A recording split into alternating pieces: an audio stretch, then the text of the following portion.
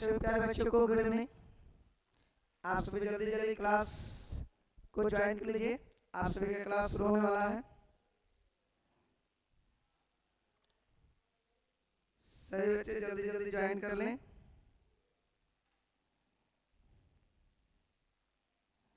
हाँ बिल्कुल बिल्कुल, सभी को good evening. Good evening Rahul Patel. हाँ बाबू खुश रहिए।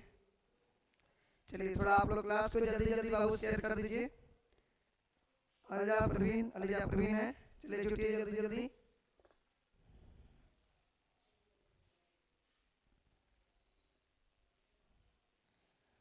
मेरे सभी प्यारे बच्चे, आप सभी क्लास को जल्दी जल्दी ज्वाइन कर लें ताकि क्लास शुरू किया जा सके।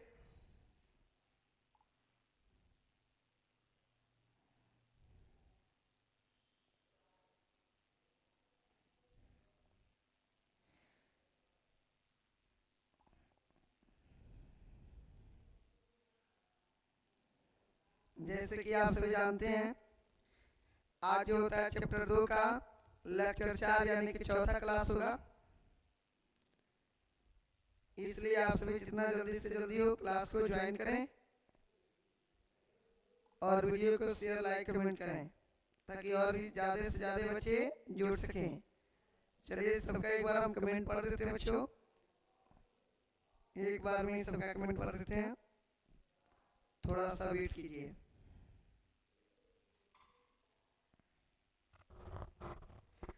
एक बार आप सभी लोग कमेंट करके बताइए कि क्या आवाज़ जो होता है हमारा क्लियर जा रहा है या नहीं। आप सभी को आवाज़ क्लियर पहुंच रहा है या नहीं, एक बार आप सभी लोग कमेंट करके बता दीजिए।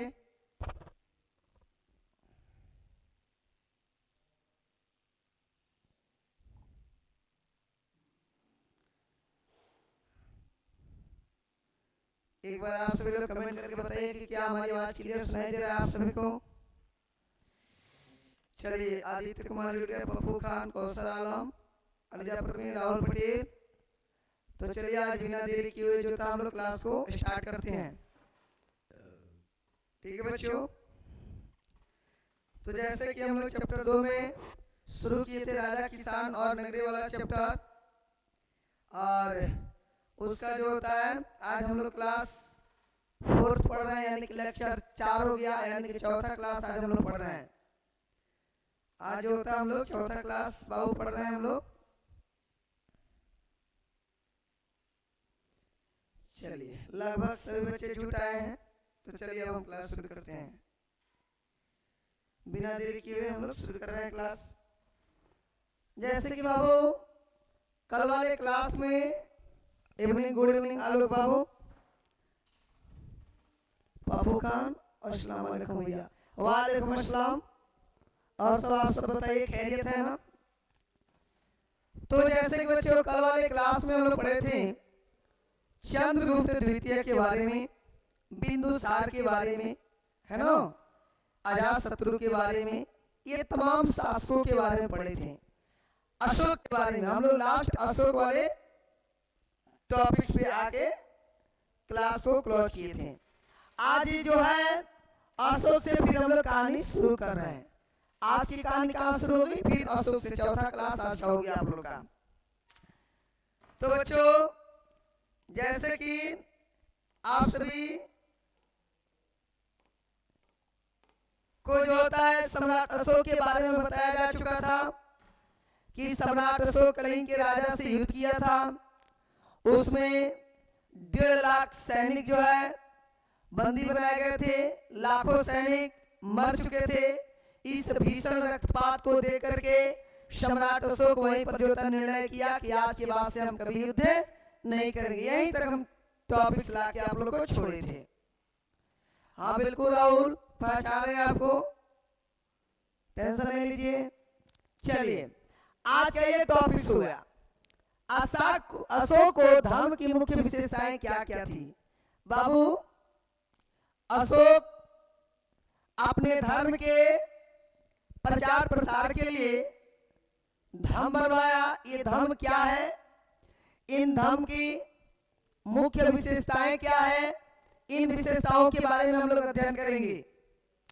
जैसे कि सम्राट अशोक के धर्म का पहला मुख्य विशेषता था नैतिक जीवन व्यतीत करना, दूसरा का वासनाओं पर नियंत्रण करना, तीसरा का दूसरे को सम्मान करना, चौथा जीव जंतु को क्षति न पहुंचाना, पांचवा सबके प्रति दयालु बनना, छठा सबका आदर करना, सातवां माता पिता की सेवा करना, माता पिता की सेवा करना। तो मेरे प्यारे बच्चों, आप सभी को कल इसी अशोक के बारे में हमने बतलाया था। जब सम्राट अशोक की विजय हुई तो उस समय से सम्राट अशोक जो है ब्राह्मण धर्म का त्याग कर दिया और बौद्ध धर्म को ग्रहण किया था। ये बात आपको पता होनी चाहिए। तो सम्राट अशोक के धर्म जो था, उस धर्म की मुख्य विशेषताएं क्या क्या थी, उसी बात को मैंने बतलाया। तो सम्राट अशोक के धर्म की विशेषताएं निम्नलिखित थी। आप लिख सकते हैं कि सम्राट अशोक का कहना था कि सभी व्यक्ति अपने माता पिता की सेवा करें। वही सम्राट अशोक का कहना था कि जीव हिंसा न करें, जबकि वही सम्राट अशोक अपने राज्य काल में जो है, अपने शासन काल में जो है, प्रतिदिन हजारों पशु पंछियों का वध कराता था, हत्या करवाता था। लेकिन बाद में क्या बोला कि कोई व्यक्ति जीव जंतु की हत्या नहीं करे, सभी व्यक्ति अपने माता पिता की सेवा करे। और क्या बतलाया? और बतलाया कि हमेशा हमें दूसरों की क्या करनी चाहिए? सम्मान करनी चाहिए। हमारे अंदर नैतिकता की भावना होनी चाहिए। हमें अपने वासनाओं पर नियंत्रण रखना चाहिए, मन पे कंट्रोल रखना चाहिए और सबको आदर करना चाहिए। सबको क्या करना चाहिए? आदर। और हमें हमेशा दयालु बनकर के रहना चाहिए। ये सम्राट अशोक का कहना था। ये किनका कहना था? सम्राट अशोक का कहना था। ठीक है बाबू, यही है, देख लीजिए सम्राट अशोक का ये सब कहना था। यहाँ पे लिखे हैं, सॉरी यहाँ पे लिखे बाबू, देख लीजिए। नैतिक जीवन व्यतीत करना, वासनाओं पर नियंत्रण करना, दूसरे का सम्मान करना, जीव जंतु को क्षति न पहुंचाना, सबके प्रति दयालु बनना, सबका आदर करना और माता पिता की सेवा करना। मेरे प्यारे बच्चे, यहाँ तक हम लोग पढ़ चुके थे। आज पढ़ेंगे वही अशोक के अनुसार 5 को दुर्गुण, यानी कि सम्राट अशोक के द्वारा कौन कौन से 5 को दुर्गुण बतलाया गया है नो, यानी कि खराब बातें बताई गई कि ये ऐसा हम लोग को नहीं करना चाहिए, वैसा नहीं करना चाहिए। जैसे सम्राट अशोक बोला कि मनुष्य के अंदर उग्रता की भावना नहीं होनी चाहिए, मनुष्य को निष्ठुर नहीं होना चाहिए, कठोर नहीं होनी चाहिए, मनुष्य को अपने अंदर क्रोध की भावना नहीं रखनी चाहिए, मनुष्य को अपने आप पर हमेशा घमंड नहीं करना चाहिए, गर्व नहीं करना चाहिए कि हम ही कर लेंगे वो कर लेंगे, ये सब भावना नहीं रखनी चाहिए। और ईर्ष्या यानी कि इसी मनुष्य को जलन की भावना भी नहीं रखनी चाहिए। कंची की भावना नहीं रखनी चाहिए, इसी मनुष्य को बाबू जलन की भावना नहीं रखना चाहिए। ये किनका कहना था? सम्राट अशोक का बाबू कहना था। किनका कहना था? सम्राट अशोक का कहना था मेरे प्यारे बच्चों। ठीक है नो, चलिए ये सम्राट अशोक के 5 को दुर्गुण था। ठीक है बच्चों, अगला पॉइंट कर रहा है मौर्य साम्राज्य के 5 प्रमुख राजनीतिक केंद्र कौन कौन थे, यानी कि मौर्य साम्राज्य के द्वारा या मौर्य साम्राज्य के 5 प्रमुख राजनीतिक केंद्र का नाम बतलाइए। हमारी बात को ध्यान से सुनिएगा। मौर्य साम्राज्य के 5 राजनीतिक केंद्र का नाम बतलाइए। तो पहला तो था बाबू पाटलिपुत्रा। कौन था? पहले मगध की राजधानी कहाँ पड़ती थी? राजगृह पड़ती थी, लेकिन वर्तमान में जो मगध की राजधानी पाटलिपुत्र हो गया, आज इसे पटना के नाम से जानते हैं। दूसरा का में कहा राजनीतिक इसका जो है केंद्र था, तो दूसरा का था कहाँ? तक्षशिला। कहाँ था जी? तक्षशिला। कहाँ था? तक्षशिला। तीसरा का उज्जयिनी, चौथा तोसली, पांचवा सुवर्णगिरी। पांचवा कहाँ था? सुवर्णगिरी। कहाँ था जी? सुवर्णगिरी। ठीक है ना, आगे हम लोग बढ़ते हैं। मौर्य काल में सेना के 6 विभाग थे। कुछ ऐसे बच्चे हैं जो आके चले गए, आपको बताना चाहेंगे। यदि आप सब लोग इस क्लास को रेगुलर नहीं कीजिएगा ना, तो बीच में आके क्लास ज्वाइन करिएगा तो आप लोग का यही हाल होगा कि कोई कहानी आपको समझ में नहीं आएगा। इसलिए कोई भी क्लास कीजिए, रेगुलर कीजिए। जैसे कुछ बच्चे आए चले गए, तो कहाँ से आएगा समझ में? रेगुलर क्लास करते तब तो आता कहानी समझ में। नो, इसका 3 दिन कहानी पढ़ा रहे, 3 दिन बीत गया, चौथा दिन का कहानी है। रेगुलर बाबू जुटिए तब कहानी समझ में आएगा आप लोगों को। ठीक है, चलिए इवनिंग, गुड इवनिंग सभी को। चलिए, मौर्य काल में सेना के 6 विभाग थे। जैसे आज भी बाबू थल सेना, जल सेना, वायु सेना है कि नहीं है? उसी प्रकार से जो है मौर्य साम्राज्य में सेना के कई विभाग था, 6 विभाग में सेना रहता था। कई विभाग में भर्ती किया जाता था? 6 विभाग में सेनाओं को भर्ती किया जाता था बाबू, ठीक है ना। जैसे पहला पैदल सेना, यानी कि पैदल मार्च करने वाली सेना का भर्ती अलग किया जाता था। अश्व सेना, अश्व का मतलब होता है घोड़ा, यानी कि घुड़सवार वाली सेना का भर्ती अलग की जाती थी। हाथी सेना, हाथी पर चढ़कर युद्ध करने वाली सेना की भर्ती भी की जाती थी। रथ सेना, रथ से चढ़ करके या रथ से लड़ाई करने वाली सेना की अलग भर्ती की जाती थी। उसके बाद नौसेना, नौसेना का भी भर्ती किया जाता था। सैन्य यातायात विभाग, यातायात से जो आवागमन करके युद्ध जो करते थे वो ऐसे सेना का भी भर्ती किया जाता था। जिस प्रकार से आज थल सेना, जल सेना, वायु सेना है बाबू, इसी प्रकार से जो है मौर्य काल में सेनाओं को भर्ती किया जाता था, लेकिन 6 विभाग था। मौर्य काल में सेना की भर्ती करने के लिए कितना विभाग था बाबू? 6 विभाग। आपसे क्वेश्चन पूछा जाएगा कि बताओ मौर्य काल में सेना को भर्ती करने के लिए कुल कितने विभाग थे? तो मेरे प्यारे बच्चे बताएंगे 6 विभाग। कितने विभाग? 6 विभाग, ठीक है ना। चलिए बाबू आगे हम लोग बढ़ते हैं, आगे बढ़ते हैं।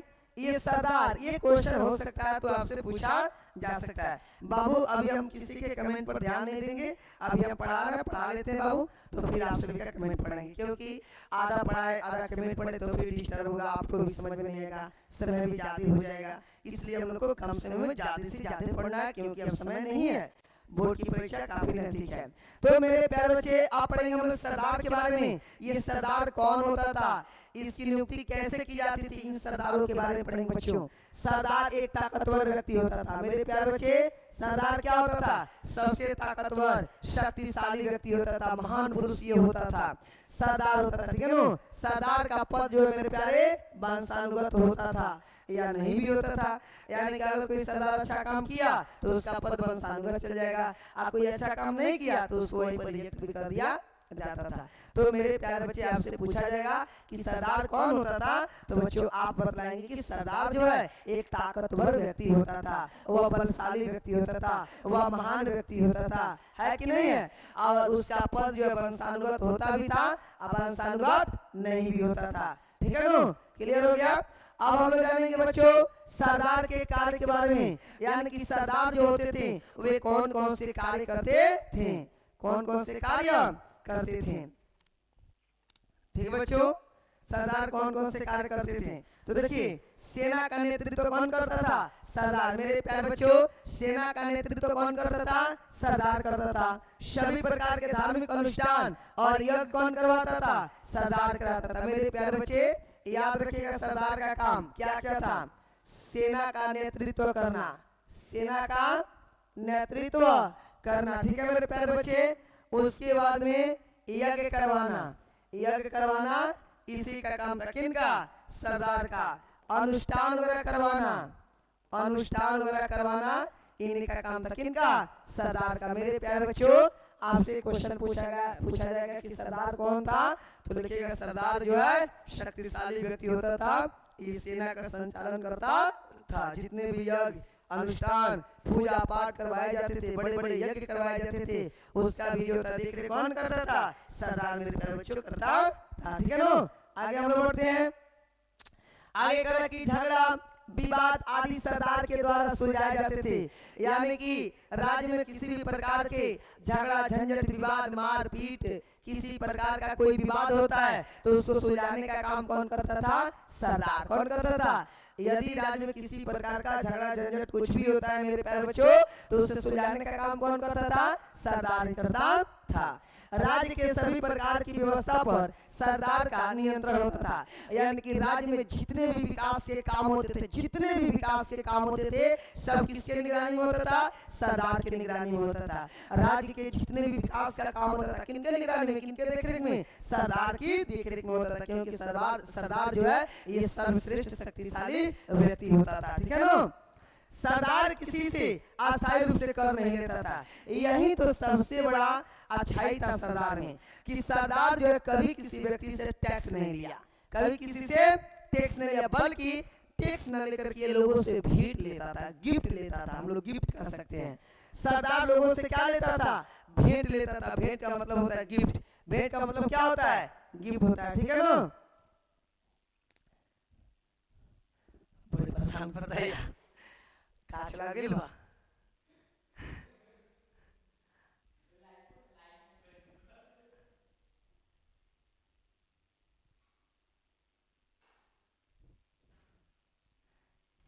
देखो पूरा गिरा हुआ है यहाँ पे। ये पानी कौन गिरा दिया? पूरा पानी गिरा दिया है सब यहाँ पे। पैर फिसल जाएगा थोड़ा समय, समझ में नहीं आता है। इसको पूरा ला करके खा दो यहाँ से पानी तो टोटल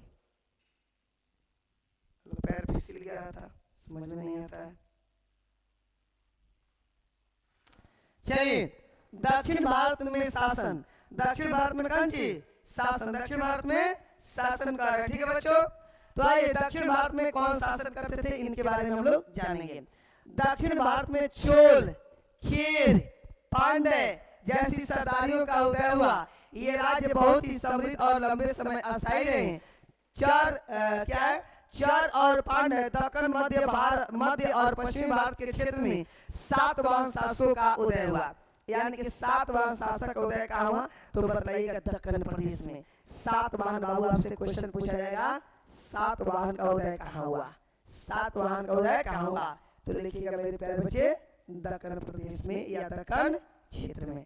ठीक है मेरे प्यारे बच्चों, कोई दिक्कत? चलिए अब देखते हैं हम लोग प्राचीन तमिल संगम ग्रंथों में इसकी विवरण मिलता है। इसकी क्या मिलता है मेरे प्यारे बच्चों?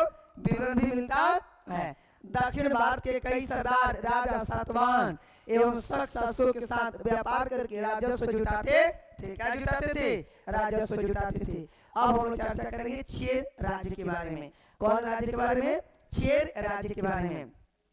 यानी कि इसमें आधुनिक केरल तथा तमिलनाडु के कुछ अंश भी शामिल है। मेरे प्यारे बच्चे चेर जो राज्य है ये मान लिया जाए यह हो गया चेर राज्य। ठीक है ना? इसमें कौन कौन से जो है भाग शामिल है? तो इसी में केरल, इसी में मेरे प्यारे बच्चे कौन चीज? केरल, इसी में मेरे प्यारे बच्चे तमिलनाडु। क्या है? तमिलनाडु का भाग इसमें शामिल है। कौन राज्य में? तो चेर राज्य में। कौन राज्य में मेरे प्यारे बच्चों? चेर राज्य में। ठीक है ना? चेर राज्य में। ठीक है, क्या हमारी आवाज आप सबको क्लियर सुनाई दे रही है या नहीं बच्चों? एक बार आप सभी लोग बतलाएंगे।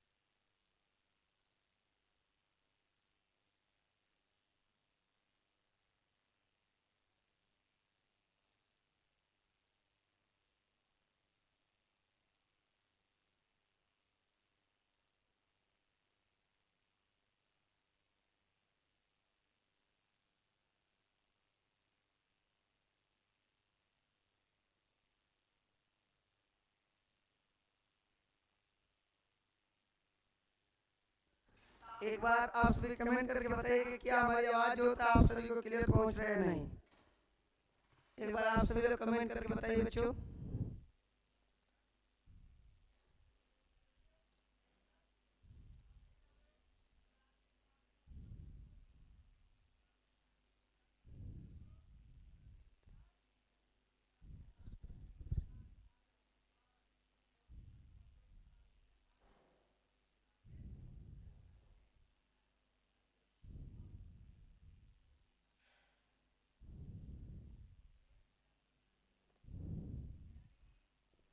चलो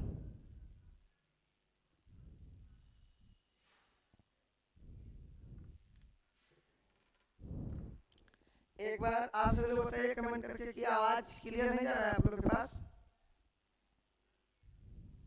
आवाज आ रहा है, चलिए ठीक है, तो आ रहा है तो आगे बढ़ते हैं बाबू। चलिए तो हम लोग चेर राज्य के बारे में पढ़ रहे थे।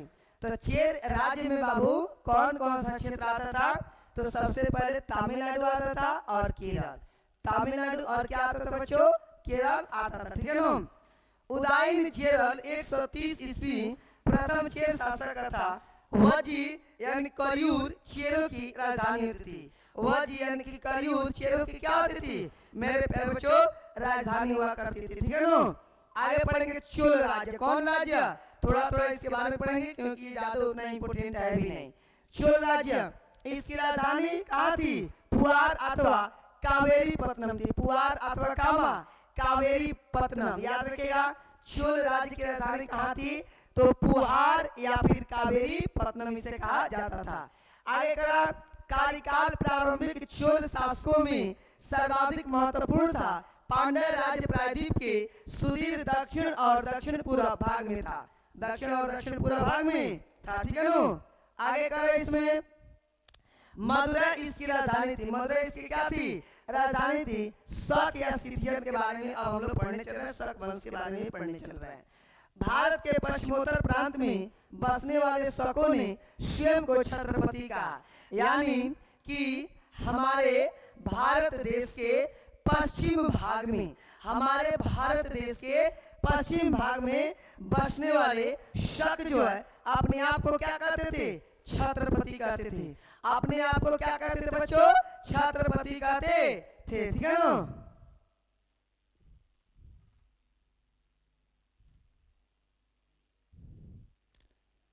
चलिए आवाज आ रहा है। प्रीति कुमारी, ये कौन है, पप्पू खान, ठीक है ठीक है। चलिए बातचीत नहीं करेंगे आप लोग। रुद्रदामन शकों का प्रसिद्ध शासक था। रुद्रदामन जो है ये शकों का क्या था, एक प्रसिद्ध शासक, एक प्रसिद्ध क्या था, शासक था। आवाज आ रहा है, चलिए आवाज आ रहा है तो अच्छा बात है, अच्छा बात है, आवाज आ रहा है तो। रुद्रदामन प्रथम 130 से 150 ईस्वी के अभिलेख में सुविशाखा के द्वारा सुदर्शन झील बांध का पुनर्निर्माण करके उल्लेख में उसका निर्माण किया गया था।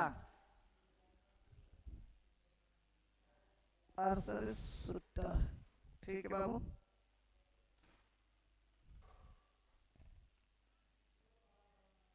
अच्छा बात है। हमारी आवाज तो क्लियर क्यों नहीं आ रही बच्चों?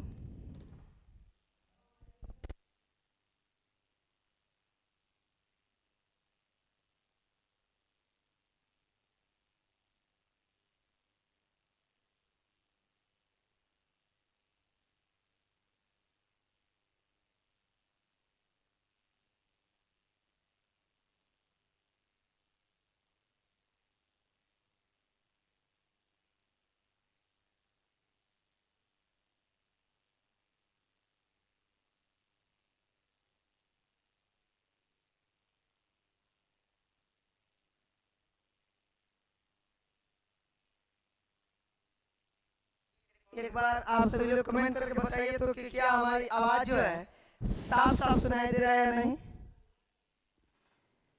एक बार आप सभी लोग कमेंट करके बताइए।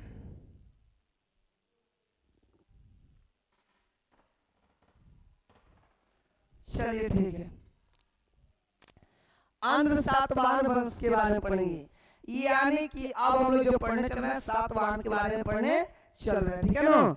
सातवाहन साम्राज्य की स्थापना 3री सदी में शिमु के द्वारा की गई थी। किनके द्वारा? शिमु के द्वारा। सातवाहन साम्राज्य की स्थापना किसके द्वारा किया गया? तो 3री सदी में सीमुक के द्वारा, सीमुक के द्वारा किया गया था। इसे आंध्रा भी कहते हैं मेरे प्यारे बच्चे, इसे क्या कहते हैं? आंध्रा भी कहते हैं। आगे कह रहे इसमें सातवाहन वंश के शासक सातकर्णी प्रथम, गौतमी पुत्र सातकर्णी, वासिष्ठी पुत्र पुलुमावी आदि हुए थे।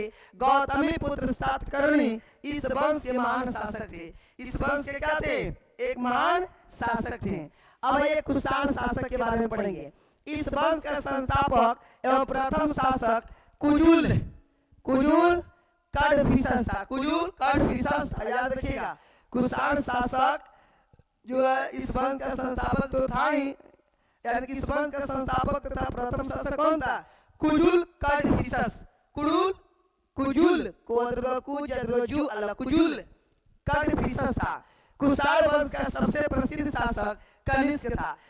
यानी कि कुषाण वंश के सबसे हाईलाइटेड शासक, प्रसिद्ध शासक कौन था मेरे प्यारे बच्चों? तो कनिष्क बताइएगा। क्या बताइएगा? कनिष्क। क्या बताइएगा? कनिष्क बताइएगा। ठीक है ना। आगे हम लोग देखते हैं, आगे हम लोग फिर देखते हैं। कुषाण शासक, इस वंश का संस्थापक तथा प्रथम शासक कुजुल कौटविशस था। कुषाण वंश में सबसे प्रसिद्ध शासक कौन था? कनिष्क था। कनिष्क ने 78 ईसा पूर्व में शक संवत आरंभ किया। 78 ईसा पूर्व में क्या आरंभ किया? शक संवत। कनिष्क के बौद्ध धर्म के संरक्षण प्रदान किया। बौद्ध धर्म का संरक्षण कौन प्रदान किया? कनिष्क। कौन किया? कनिष्क ने किया था। महायान संप्रदाय का प्रचार प्रसार भी किया। हम लोग हीनयान और महायान संप्रदाय के बारे में भी अगले चैप्टर में पढ़ेंगे। तो महायान संप्रदाय का प्रचार प्रसार किसने किया बाबू? तो कनिष्क ने किया। महायान संप्रदाय का प्रचार प्रसार किसने किया? कनिष्क ने किया था। चरक, कनिष्क के राजवैद लिखे थे जिन्होंने चरक संहिता, जिन्हें उन्हें चरक संहिता भी कहा गया। कामसूत्र की रचना वात्स्यायन ने इसी काल में की थी। कुषाण की राजधानी पुरुषपुर यानी कि पेशावर एवं मथुरा में थी। भारत के उत्तरी हिस्सों में कुषाण शासकों का राज था। भारत के उत्तरी हिस्सा, भारत का उत्तरी हिस्सा में किसका राज था? कुषाण का। किसका था जी? कुषाण का। किसका था? कुषाण का था। कुषाण शासक के देवीय शासक भी कहा जाता था, क्योंकि शासक खुद को देवता के समान दर्शाने की कोशिश भी कर रहे थे। देवता के समान दिखने से राजा का अच्छा छवि बनती थी। इस छवि के कारण राजा के लोगों को समर्थन भी मिलता था। यानी कि पहले के राजा महाराजा जो थे उनको काफी समर्थन भी मिलता था, उनको काफी समर्थन भी मिलता था। ठीक है बच्चों, कोई दिक्कत? चलिए ठीक है। चलिए, एक व्यक्ति है लिख रहे हैं क्या? हाँ दे रहा है सर जी। इतने लेट से कमेंट करिएगा? कमेंट करना है तो थोड़ा टाइम से करिए ना। इतना लेट से कमेंट करिएगा तो बहुत आगे निकल गए रहेंगे। आज ज्यादा बोलबाज नहीं पढ़ा पाएंगे, थोड़ा सा माइंड अच्छा नहीं लग रहा है मेरा।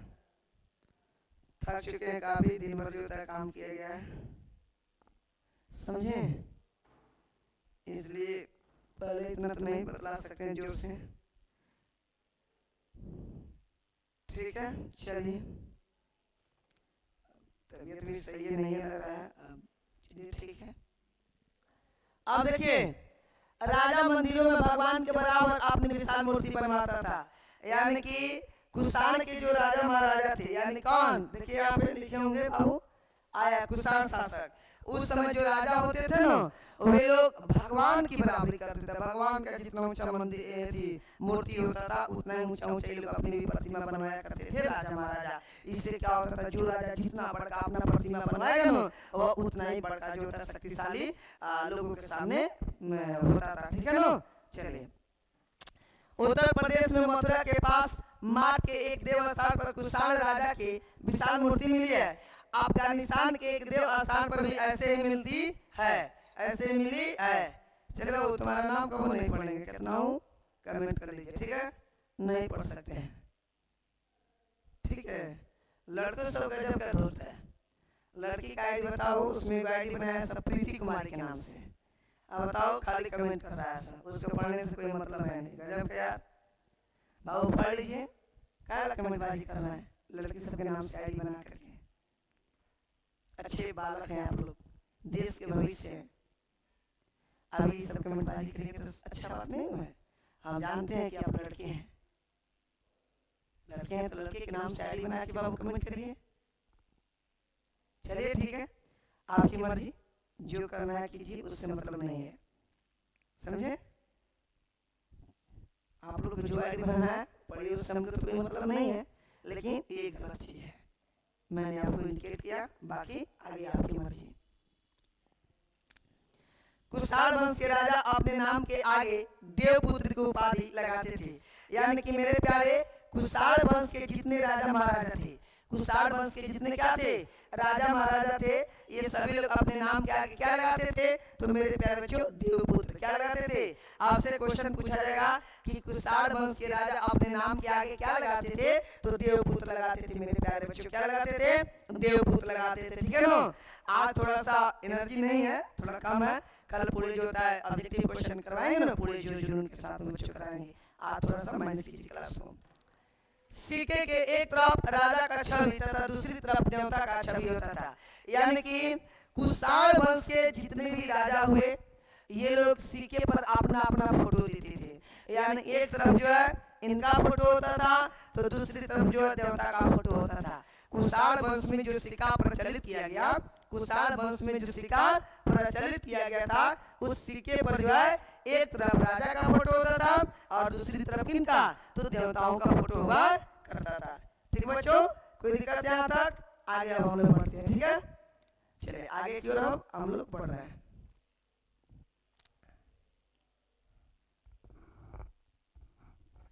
चलिए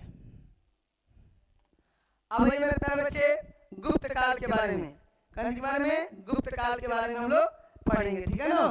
गुप्त वंश की स्थापना श्री गुप्त के द्वारा 275 ईस्वी में किया गया था। आपसे क्वेश्चन पूछा जाएगा, क्या पूछा जाएगा कि गुप्त वंश की स्थापना कब किया गया था? तो याद रखिएगा श्री गुप्त के द्वारा 275 ईसा पूर्व में, 275 ईसा पूर्व में इनके द्वारा जो है स्थापना किया गया था। गुप्त काल को भारत का स्वर्णिम युग कहा गया। गुप्त काल को भारत का क्या कहा गया? स्वर्णिम युग कहा गया। क्या बच्चों कहा गया? स्वर्णिम युग। गुप्त काल को भारत का क्या कहा गया? स्वर्णिम युग। गुप्त काल को भारत का क्या कहा गया? स्वर्णिम युग कहा गया, क्योंकि इस दौरान भारत ने सांस्कृतिक एवं शिल्पीय विकास किया। सांस्कृतिक एवं शिल्पीय का किया विकास किया। सांस्कृतिक का भी काफी विकास हुआ, डेवलप हुआ था उसमें। गुप्त वंश, गुप्त वंश में अधिकतर सिक्के सोने के बनाए जाते थे।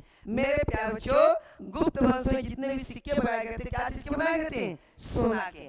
गुप्त वंश में जितने भी सिक्के बनाए गए थे, क्या चीज के? तो सोना को बनाए गए थे, सोना के बनाए गए थे। ठीक है बच्चों, आगे कर रहे हैं। गुप्त वंश का राजकीय भाषा संस्कृत थी। गुप्त वंश की राजकीय भाषा क्या थी? संस्कृत। गुप्त वंश की राजकीय भाषा क्या थी? संस्कृत। जैसे हिंदी होता है, मैथिली होता है, बंगाली होता है, मराठी होता है ना, ये सब अलग अलग भाषाएं होती हैं। उसी तरीके से उसमें गुप्त वंश की राजकीय भाषा बच्चों क्या थी? तो संस्कृत थी। क्या थी बच्चों? संस्कृत। कोई दिक्कत? आगे बढ़ते हैं। गुप्त वंश के सबसे प्रभावशाली शासक कौन था? समुद्रगुप्त। ऐसे समुद्रगुप्त को भारत का नेपोलियन कहा गया। भारत का क्या कहा गया? नेपोलियन कहा गया, याद रखिएगा। गुप्त वंश के सबसे प्रभावशाली शासक कौन था? तो समुद्रगुप्त था, इसलिए समुद्रगुप्त को नेपोलियन कहा गया। समुद्रगुप्त को बच्चों क्या कहा गया? नेपोलियन कहा गया था। ठीक है ना।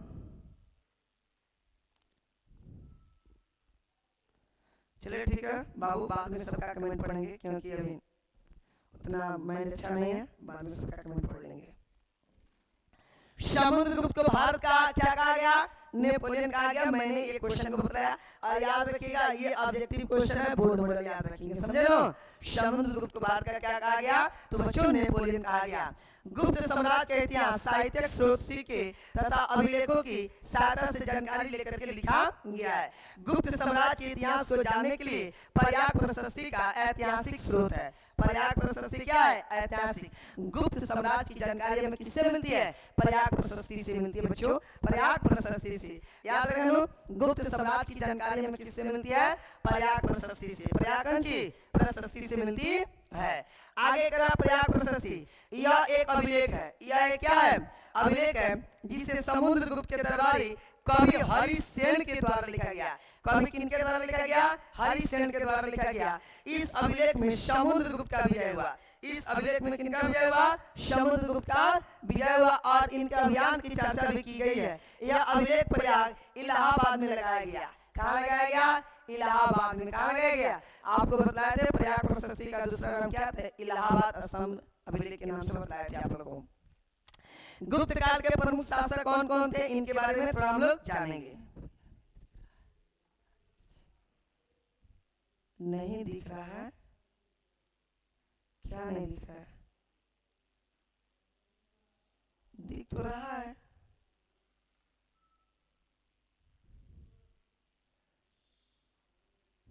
थोड़ा पानी पिलाओ ना रंजीत। गुप्त काल के प्रमुख शासक कौन थे? श्रीगुप्त थे। गुप्त वंश के संस्थापक श्रीगुप्त 240 से 280 ईस्वी ईसा पूर्व तक थे। अब हम लोग पढ़ेंगे चंद्रगुप्त प्रथम के बारे में, उसके बाद चंद्रगुप्त द्वितीय के बारे में पढ़ेंगे। ठीक है ना। आइए, चंद्रगुप्त प्रथम, गुप्त वंश के वास्तविक संस्थापक चंद्रगुप्त प्रथम थे। याद रखिएगा, बोर्ड मॉडल क्वेश्चन है। गुप्त वंश के वास्तविक संस्थापक कौन था? चंद्रगुप्त प्रथम। चंद्रगुप्त कौन सी? प्रथम। याद रखिएगा, ये जो है गुप्त वंश के संस्थापक थे। गुप्त वंश के क्या थे? संस्थापक। चंद्रगुप्त प्रथम जो है गुप्त वंश के क्या थे बच्चों? संस्थापक थे। ठीक है ना?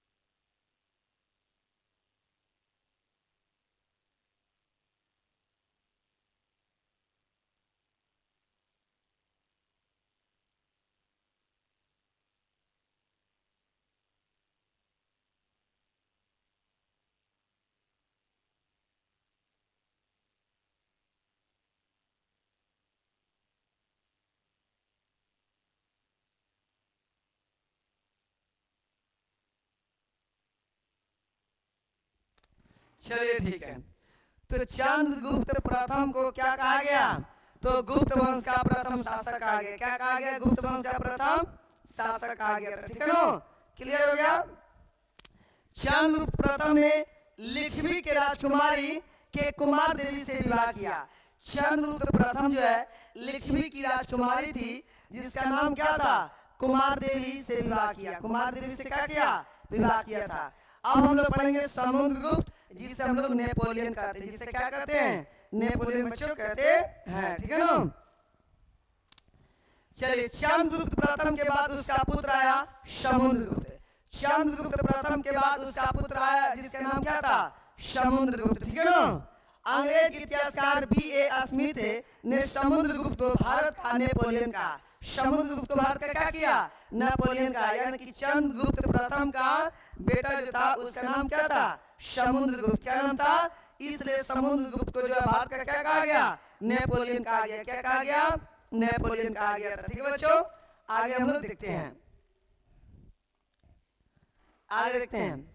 समुद्रगुप्त के विजय का विवरण काव्य प्रशस्ति में मिलता है। काव्य प्रशस्ति में मिलता है, जिसे हरिश्चंद्र ने उत्कीर्ण किया। हरिश्चंद्र ने क्या किया? उत्कीर्ण किया था। समुद्रगुप्त कवि, संगीतकार और विद्वान के संरक्षक थे। समुद्रगुप्त जो है कवि का, संगीतकार का और विद्वानों का संरक्षक थे। उनकी देख रेख किया करते थे। ठीक है ना? उनको देख रेख किया करते थे। ठीक है? चलिए, चंद्रगुप्त प्रथम खत्म हो गया।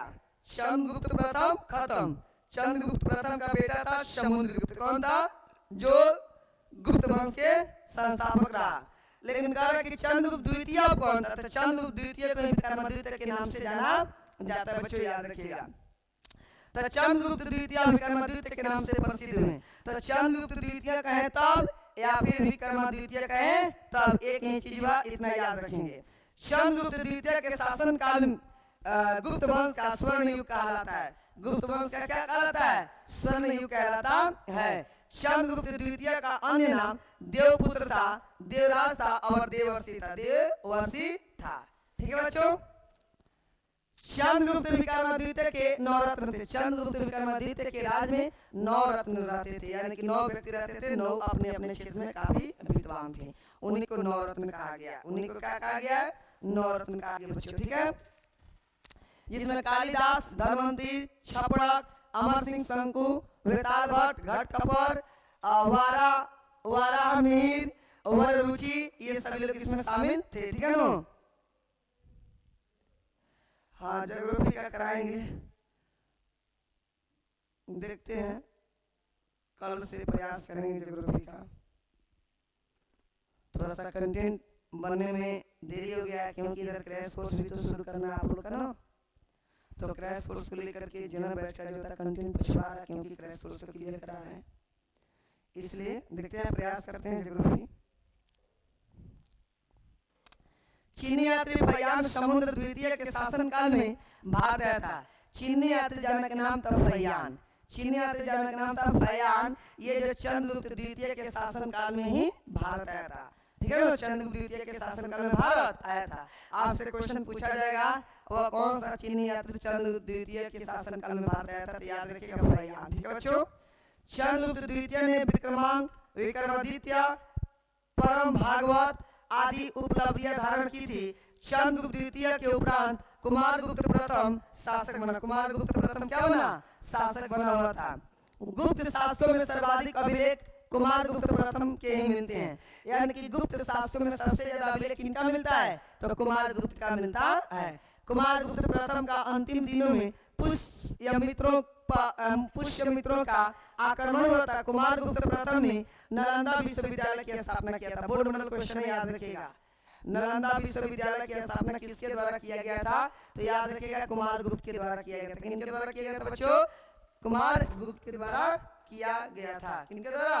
कुमारगुप्त के द्वारा। स्कंदगुप्त के बारे में, तो सुदर्शन झील का पुनरुद्धार स्कंदगुप्त के समय सौराष्ट्र के गवर्नर पर्णदत्त के पुत्र चक्रपालित ने करवाया था। कौन करवाया था? चक्रपालित के द्वारा करवाया गया था बच्चों। ठीक है,